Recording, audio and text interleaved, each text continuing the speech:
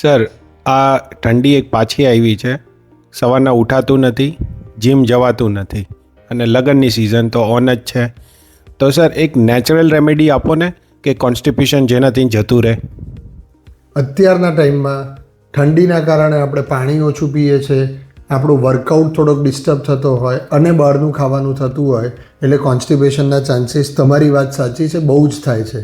આપણે એક એવા સબસ્ટન્સની વાત કરીએ જે મેડિકેટેડ સબસ્ટન્સ નથી, પણ એના ફાયદા ગટ હેલ્થ માટે એક નહીં અનેક છે. નંબર 1, એ તમારા ગટનું વોટર બેલેન્સ ઇમ્પ્રૂવ કરે છે. નંબર 2, આ સબસ્ટન્સમાં સોર્બિટોલ છે. આ સોર્બિટોલ તમારા ઇન્ટેસ્ટિનને સિગ્નલ આપે છે કે જેથી કરીને સ્ટૂલનું મોઇશ્ચર મેન્ટેન રહે છે.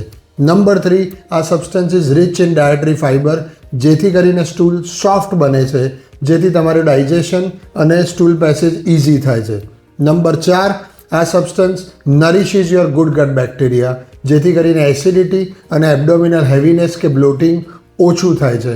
અને નંબર 5, આ સબસ્ટન્સમાં પોટેશિયમ અને એન્ટીઓક્સિડન્ટ્સ આવેલા છે કે જેથી કરીને તમારી હાર્ટ હેલ્થ અને ડાયજેસ્ટિવ હેલ્થ બંને સુધરે છે. હું વાત કરું છું રેઝિન્સ, કિશમિશ કે દ્રાક્ષની. રોજ જો આપણે 5 થી 6 રેઝિન્સ લઈએ તો આપણી ડાયજેશન અને આપણી ગટ હેલ્થ માટે this food B a game changer.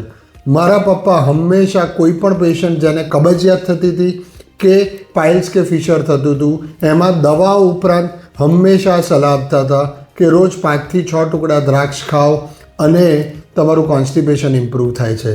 So my simple suggestion is કિશમિશ ખાઓ, કબ્ઝ કો ભગાઓ. Take care guys. જય હિન્દ.